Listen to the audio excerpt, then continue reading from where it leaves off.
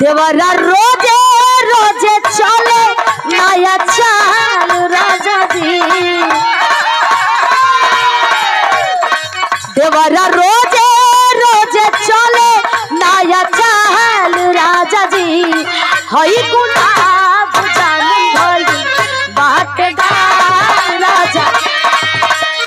अब तो किरी मर गई कथ दे मारा हाथ दे रोकला फोन कैलस कहलस कि सुना परदेश बड़ा ठीक बा लेकिन लगन का टाइम रहला आ गेल होता लगनियों बिता देलक का फायदा बेचू।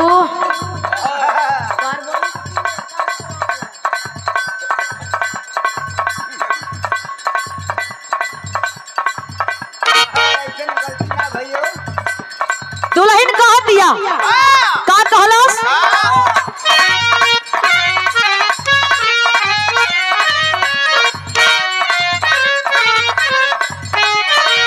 ए राजा जी हो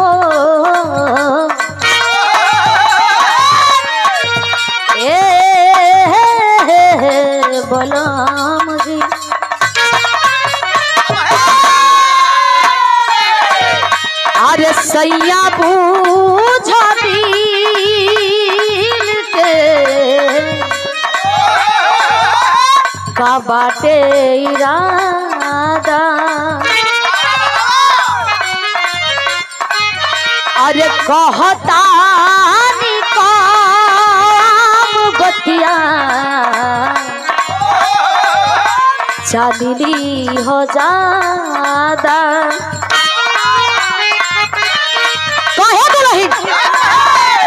सैया बुझा दिल के का बाटे इरादा।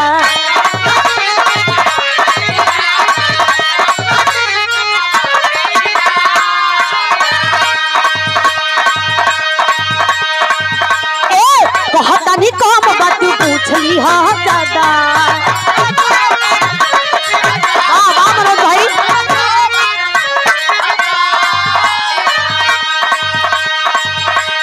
सैया बुझा दिल के का बाटे इरादा। कहता नहीं कम बात बुझली हो ज्यादा। ले लो रेलिया के टिकट तत्काल राजा जी। ले लो रेलिया के टिकट तत्काल राजा जी। हई गुलाब जामुन भली बाटेदार राजा जी।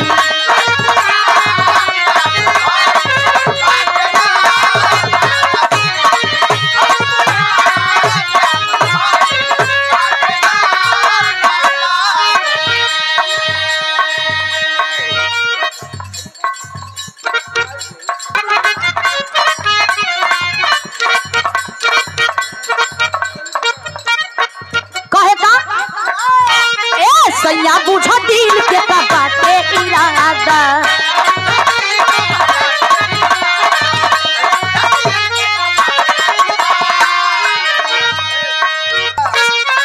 कहे ले लो रेलिया के टिकट तत्काल राजा जी। ले लो रेलिया के टिकट तत्काल राजा जी। हई गुलाब जामुन भली बाटेदार राजा जी।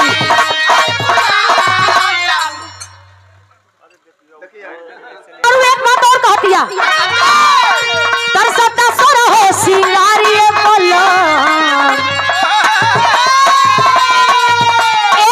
तरसता सर हो सिंगारिए बोलो हो जाता तोहरा प्यारिए बोलो।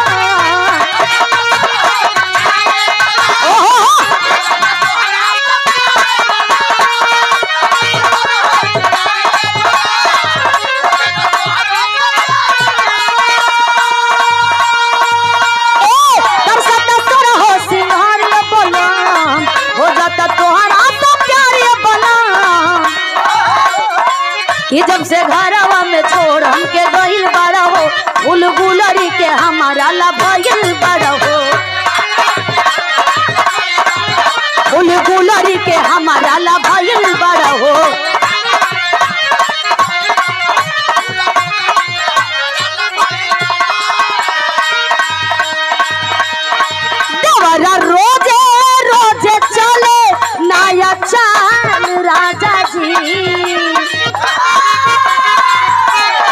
देवरा रोजे रोजे चले नया चाल राजा दी हई गुलाब जामुन भरी बाटे गाल राजा जी।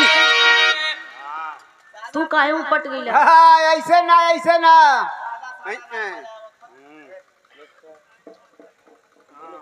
अभी हो दोनों जाने के काटे लगल सो काटे लगली सर निकाल के फेंक दा। भोजपुरी आदा म्यूजिक आदित्य भाई हमार एजा से लेके अरे तू गंगा वो पर का सोन नदी वो पर चल जात हुआ कम बात है वो।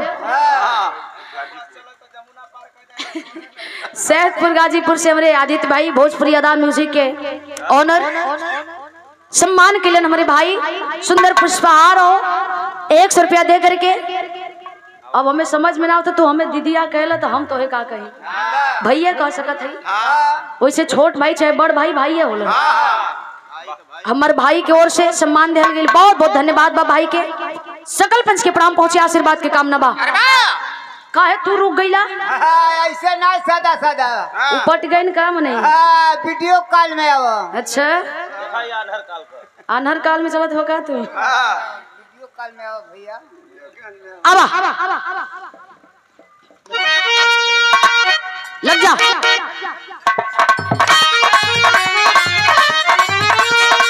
तर सब सोना हो सिंघारिये बोला हो जाता तुहरा से प्यारिये बोला।